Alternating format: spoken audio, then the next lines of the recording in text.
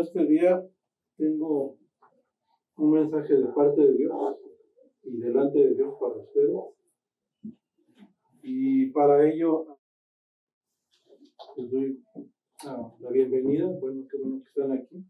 Y quiero empezar con unas cuantas preguntas para ustedes que dice, por ejemplo, se han preguntado cuál es su propósito en la vida y no necesitan contestarme, solamente es como para reflexionar. Y a veces también hemos pensado si mi propósito es ser exitoso, si tengo que ser rico, si mi propósito es ser una persona feliz, adquirir bienes, viajar por el mundo, si mi propósito es ser una buena persona. Y este mensaje que les traigo de parte de Dios, yo lo he titulado, como vieron, estaban haciendo avioncitos, vayan. Entonces, si me hacen favor, bueno, voy a orar primero, para que Dios dirija esto. Bendito Padre, yo te doy gracias por este día que nos permite estar aquí reunidos para escuchar tu palabra. Yo te suplico que toques nuestros corazones, toques nuestras almas, que nos muevas a escucharte, a conocer de tu palabra y que me uses para llevar tu mensaje y que tenga efectividad por medio de tu Espíritu Santo. Gracias, Padre, por este día. En nombre de Jesús. Amén. Amén. El pasaje que vamos a ver es Mateo 16 a 28, del 16 al 20. Y es la gran comisión. Ajá. Son 18 20. Al 20. Para ello, quiero hablarles un poco antes de lo que está pasando ahí, porque dice ahí que el capítulo es acerca de la resurrección. Y bueno, cuando yo lo estaba estudiando me llamó la atención que normalmente cuando leemos la Biblia pensamos o leemos Jesús esto, Jesús el otro, pero aquí en este caso es Jesús resucitado. Y pienso yo, como que no es como cualquier cosa, ¿verdad? Voy a leer un poco antes donde empieza que dice: pasado el día de reposo, al amanecer del primer día de la semana, vinieron María Magdalena y la otra María a ver el sepulcro, y hubo un gran terremoto, porque un ángel del Señor, descendiendo del cielo y llegando, removió la piedra y se sentó sobre ella. Su aspecto era como un relámpago, y su vestido blanco como la nieve, y de miedo de él los guardas temblaron y se quedaron muertos. Mas el ángel, respondiendo, dijo a las mujeres: no temáis vosotras, porque yo sé que buscáis a Jesús, el que fue crucificado. No está aquí, pues ha resucitado. Como dijo: venid, ved el lugar donde fue puesto el Señor, e id pronto y decid a sus discípulos que ha resucitado de los muertos, y he aquí va delante de vosotros a Galilea. Allí le veréis. He aquí, os lo he dicho. Entonces ella, saliendo del sepulcro,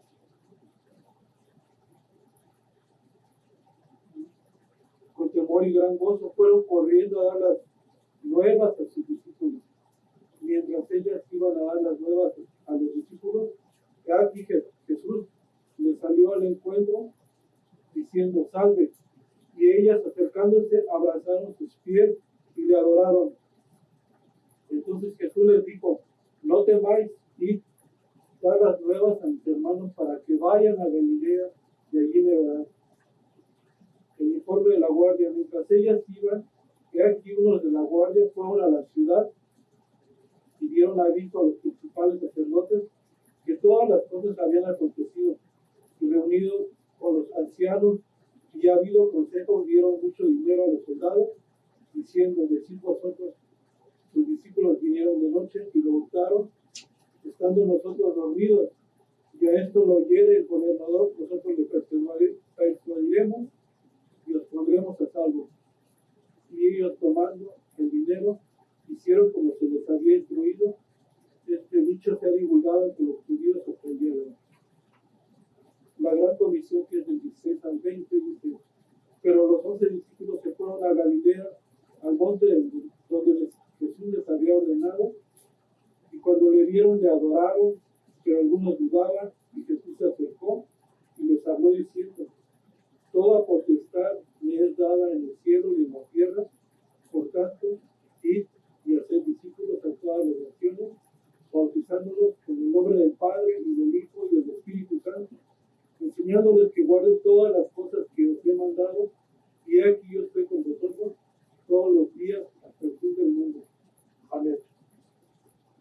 En la versión, la nueva versión internacional, y como yo titulé esto, vaya, porque cuando se les aparece al ángel a la María, les dice: vayan y digan a los discípulos. Más adelante, cuando ellas van en el camino, Jesús se les aparece, ellas lo adoran, abrazan sus pies, nuevamente Él les dice: vayan con mis hermanos.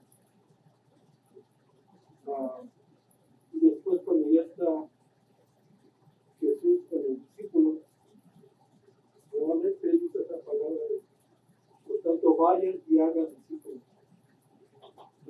Entonces, cuando a veces estamos leyendo las escrituras, necesitamos ver el contexto, qué hay antes, qué hay después.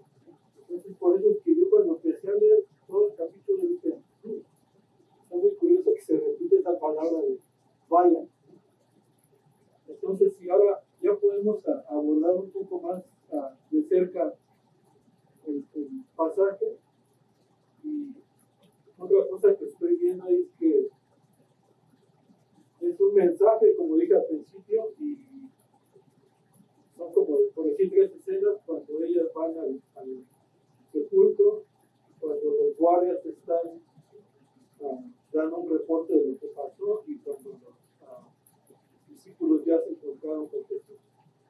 Otra palabra que se repite varias veces es Galilea. Cuando el ángel les dice a ellos: díganle a los discípulos que vayan a Galilea.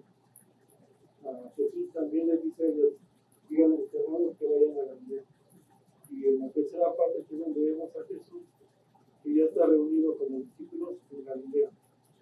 Así que vamos entendiendo que va a pasar algo importante en Galilea, y en efecto, pues ellos obedecieron, fueron, se supone que tenían que ir ahí a recibir un mensaje. Ahora hay que entender que ese mensaje es como todos conocemos un mensaje: hay un locutor, hay un receptor. En este caso, el locutor es Jesús, ellos son los receptores. Él tiene un mensaje para ellos, es una causa y un efecto. Él tiene una causa, tiene un propósito para ellos. Así que, analizándolo ya más de cerca, quizá yo voy a empezar a usar un poco términos que hemos visto como las películas. Cuando vemos una imagen panorámica de la película, normalmente empieza con una imagen de la ciudad y poco a poco se va metiendo la cámara, o algo así, como ahora estamos viendo una casa y después vemos a alguien haciendo algo. Es como que nos estamos acercando más a este capítulo. ¿Qué está pasando ahí en los versículos 16 al 20? Entonces, ya más de cerca vemos que está Jesús diciendo en el 18. Dice: se acercó y les habló diciendo: toda potestad me es dada en el cielo. En la versión internacional dice: se me ha dado toda autoridad en el cielo y en la tierra. Y la cuestión aquí es ver cómo es que Jesús resucitado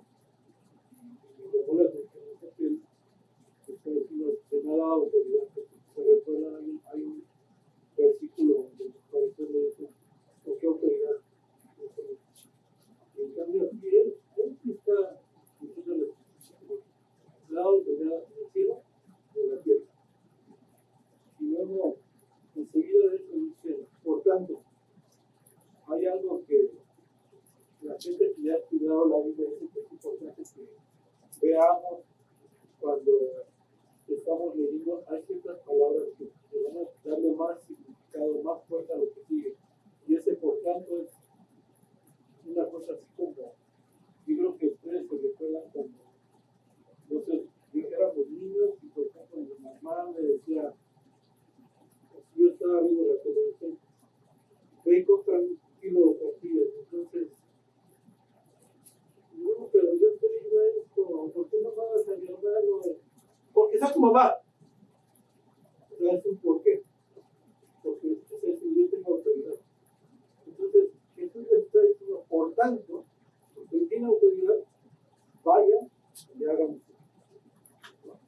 Y como digo, cuando vemos la Biblia como un todo,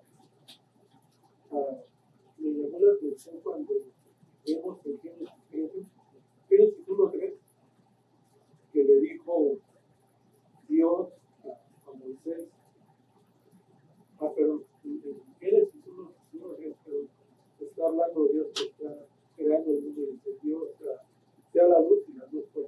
Ahí podemos ver también la autoridad de Dios que él dice y la cosa se hace. Y hizo la luz. Y después vemos voy a pasar al siguiente. Perdón.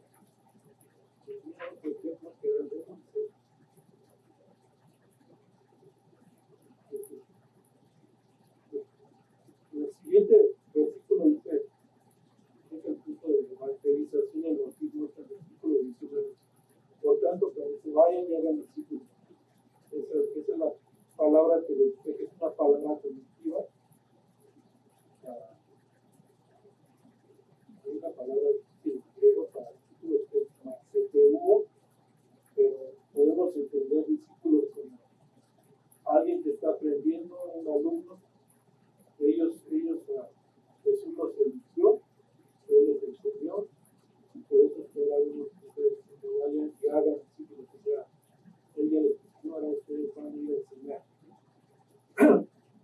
Y vemos que dice a todas las naciones, bautizándolos en el nombre del Padre, el Hijo y el Espíritu Santo. También me recuerda esto que en Lucas 24:47 dice que se predicase en su nombre el arrepentimiento y el perdón de los pecados a todas las naciones. O sea que ya no era nuevo que ellos escucharan acerca de todas las naciones. Ellos ya conocían eso, ¿no? Y cuando está hablando de bautizándolos, el griego de eso es baptizo. El significado de eso es sumergirse. Yo de repente me acuerdo con unas clases de buceo y así literalmente bucearse es sumergirse, ¿no? Y también nos recordamos cuando está Juan bautizando a Jesús, dice que él salió, después de que lo salió de las aguas. Y eso es muy curioso porque nosotros los bautistas tenemos claro eso, ¿verdad? Pero yo que crecí católico, a mí me echaron una agüita en la cabeza y eventualmente cuando vine a la fe por medio de la gracia merecida, entendí que el bautizo es eso, es sumergirse y salir ese significado de una nueva vida. Como cuando dice en la 2 Corintios 5:17, de modo que si alguno está en Cristo, nueva criatura es, las cosas viejas pasaron, todas las cosas son hechas nuevas. Somos una nueva persona. Y bueno, la siguiente cosa que estoy aquí viendo es que bautizan en el nombre del Padre, del Hijo y del Espíritu Santo. Ahí está haciendo esto una referencia a la Trinidad, que como dicen los que han estudiado, la palabra Trinidad no aparece en la Biblia, pero está implícita, ¿no? Cuando está mencionando al Padre, Hijo y el Espíritu Santo. Y otra cosa más que tenía de esto.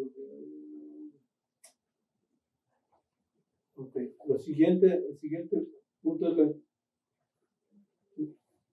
está hablando de la enseñanza y la obediencia cuando dice deben enseñar a las personas a obedecer. Yo estaba buscando ese significado de obedecer y bíblicamente también lo considera como conservar o custodiar algo. Y me trajo a la mente también otra cosa que ustedes son creyentes porque conocen del amor de Dios por ustedes, cuando en Juan 3:16 dice, tanto amó Dios al mundo que envió a su Hijo único para que todo el que en Él crea no se pierda, mas tenga vida eterna. Entonces ahí nosotros tenemos claro eso, que Él nos amó, Jesús murió por nosotros, y luego en 1 de Juan 4:19 dice, nosotros le amamos porque Él nos amó primero. Y eso parece que lo tenemos muy claro, así como, pues claro, Él me amó, pues yo lo tengo que amar. Él entregó su vida, yo tengo que amar. Y hay otro versículo que dice, en Juan 13:35 dice, ellos conocerán que ustedes son mis discípulos si se aman unos a otros. Y creo que hasta ahí va bien cuando decimos, sí, yo lo amo porque Él me amó y Él murió por mí. Pero creo que cuando las cosas empiezan a poner difíciles, cuando en Juan 14:21 dice, el que tiene mis mandamientos y los guarda, que esa es la palabra que aquí parece en obedecer, dice, el que tiene mis mandamientos y los guarda, ese es el que me ama. Y el que me ama será amado por mi Padre y yo le amaré. Entonces ahí donde como que uno se empieza a poner a pensar, no nada más es que yo diga que lo amo, o sea, tengo que obedecer los mandamientos. Entonces si eso lo trasladamos aquí a esta parte donde Él está diciendo a los discípulos, deben enseñar a obedecer, vayan, enséñenles a obedecer. Eso es lo que también tienen que enseñar a las personas, que obedezcan los mandamientos. No nada más es amarlo, ¿no? Y aquí esto yo lo correspondo, lo conecto con Deuteronomio 28:1 que dice, si oyeres atentamente la voz de Jehová tu Dios para guardar y poner por obra todos sus mandamientos que yo te prescribo hoy, también Jehová tu Dios te exaltará sobre todas las naciones. Así que, de nuevo, si nos alejamos, es como vemos que toda la Biblia es un todo dirigido a Cristo, pero hay pasajes que son muy parecidos, y por ejemplo, esto ahí, no me está hablando de guardar y poner en obra los mandamientos. Esa es la manera también de amarlo, ¿no? Entonces, al final, ya en el cuarto punto, la presencia de Jesús dice, Jesús declara a los discípulos que va a estar siempre hasta el fin del mundo con ellos. Y nuevamente, yo voy a Éxodo 3:12, donde Dios está hablando con Moisés y le dice, ve porque yo estaré contigo, cuando Él lo manda a sacar a los judíos de Egipto. Entonces digo, wow, Dios está hablando con Moisés. Y luego acá en el Nuevo Testamento vemos a Jesús hablando con los discípulos, pero sabemos que Jesús es Dios. Y es como que es un comentario muy parecido, ¿no? Yo estaré contigo, yo estaré con ustedes hasta el fin del mundo.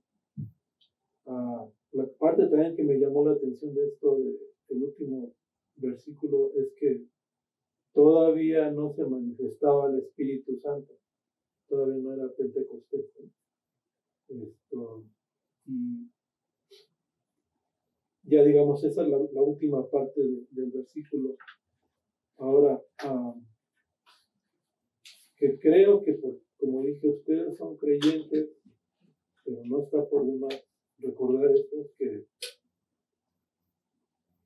cuando entendemos que Jesús vino a morir, a tomar nuestro lugar, a pagar el precio de nuestros pecados, y voluntariamente Él se ofreció a ocupar nuestro lugar. Él murió, y como dice, fue muerte de cruz, pero como dijo él iba a destruir ese templo y al tercer día lo iba a reconstruir. Entonces, ahorita lo que estamos viendo es Jesús resucitado. O sea, esa profecía que él dijo, ahí está. Él ya está ahí resucitado. Y por eso también, algo que me salté es que dice que algunos de ellos lo adoraron y otros dudaron. Y creo que ahí es esa parte donde él viene en un cuerpo nuevo que a lo mejor se quedan como, ¿qué será? Pero algo, en su forma de hablar, no sé qué sea, que hubo unos que sí lo reconocieron, ¿no? Entonces necesitamos considerar eso que hizo Jesús por nosotros, tomó nuestro lugar, pagó por nuestros pecados, y eso es lo que nos hace una nueva persona, nos justifica con Dios, nos reconcilia con Dios. Entonces creo que eso es, como dicen, es una cosa bien ambivalente, porque al mismo tiempo que nos provoca una tristeza, también nos provoca una alegría de Él murió por mí, pero ya eso me hace ser parte de la familia de Dios, alegrarnos, ¿no?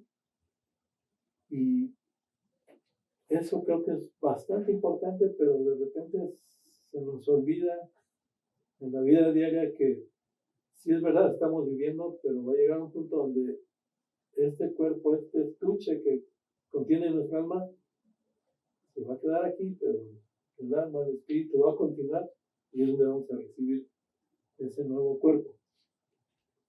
Ahora, como decía yo al principio, titulé yo este sermón como vayan, por eso, por las palabras que les digo, se repiten varias veces, ¿no? Y de repente cuando nosotros empezamos a pensar lo que estamos leyendo, uno dice, bueno, eso sucedía en ese tiempo, ellos eran judíos, ellos entendían lo que estaba hablando Jesús porque ellos conocían todo el Viejo Testamento, y luego no aplica conmigo, ¿no? Entonces, nosotros los bautistas, durante el siglo XV-XVI, no sé ustedes qué tanto sepan de la teología reformada, pero bueno, los protestantes, que eran personas que salieron de la Iglesia Católica, esta semana estaba yo también algo estudiando de Casiodoro de Reina, que era un monje, se puede decir que católico, pero ellos ya estaban recibiendo todas esas nuevas ideas de calvinismo y todas estas cosas.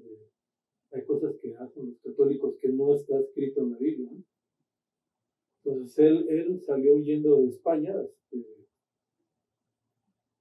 Se me hace muy curioso porque nosotros acá en Latinoamérica ubicamos esas épocas de 1492, cuando vino Jesús a Colón a colonizar, a conquistar América, y estaba leyendo que era la misma época de Lutero. Entonces, también ya estaban viviendo ellos esa época de la Inquisición. Entonces, la Inquisición española, que creo que sí la han conocido, se han oído de eso, que si no querías creer como los católicos, pues te torturaban, te golpeaban, te podían matar. Entonces él salió huyendo a diferentes países de Europa, y entonces nada más existía la Biblia en latín, y él algo lo movió necesitamos traducir esto para que las personas conozcan de la palabra, y él hizo la primera traducción al español. Entonces, así como más personas tuvieron acceso a la palabra ya para el 1700, que empezaron a emigrar de Europa a Estados Unidos, estaba yo leyendo más que por la religión, era tenían problemas de recursos económicos en Europa, y también la religión.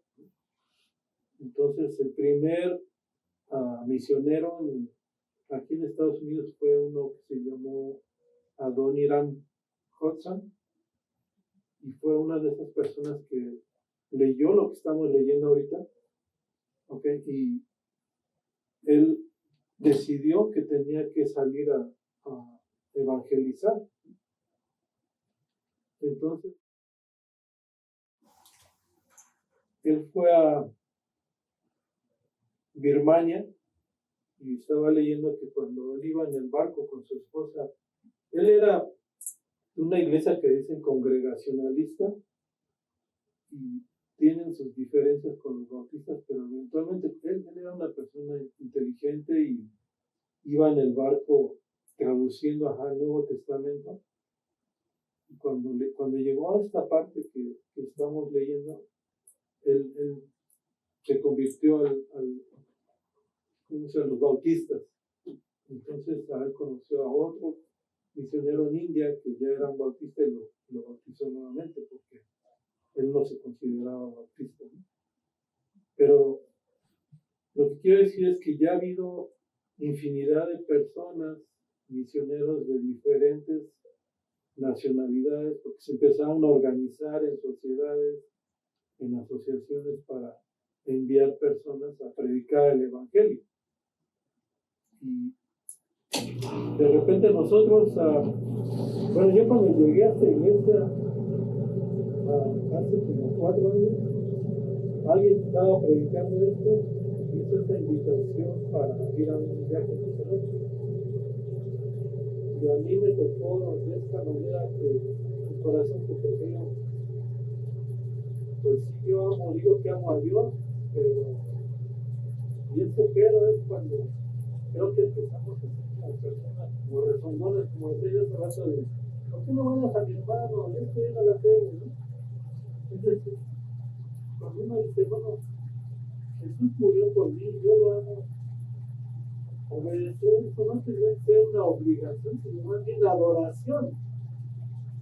Y como dice en otra parte en Lucas 14:27, si alguno viene a mí y no aborrece a su padre, madre, hijo, hermanos, hermanas, mujer, no puede ser mi discípulo.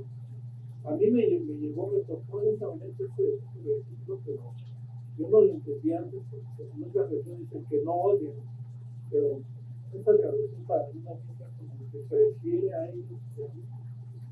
Así lo entendí, pero bueno, yo tenía unas vacaciones próximas y mi hija vive en México y pensé, no, yo tengo que hablar con ella. ¿Tú sabes qué? Dice, amarás al Señor tu Dios sobre todas las cosas. Este es un momento para hacer, o sea, ir. Y dice, pues yo no tengo mucho dinero, pero a ver, ¿no? ¿Por qué no sé qué? Pues Jehová Jaira, tú vas a proveer. Y en efecto, sí, yo puse una parte del dinero, la iglesia nos apoya, porque hay cubrirlos sociales, uno puede recibir apoyo.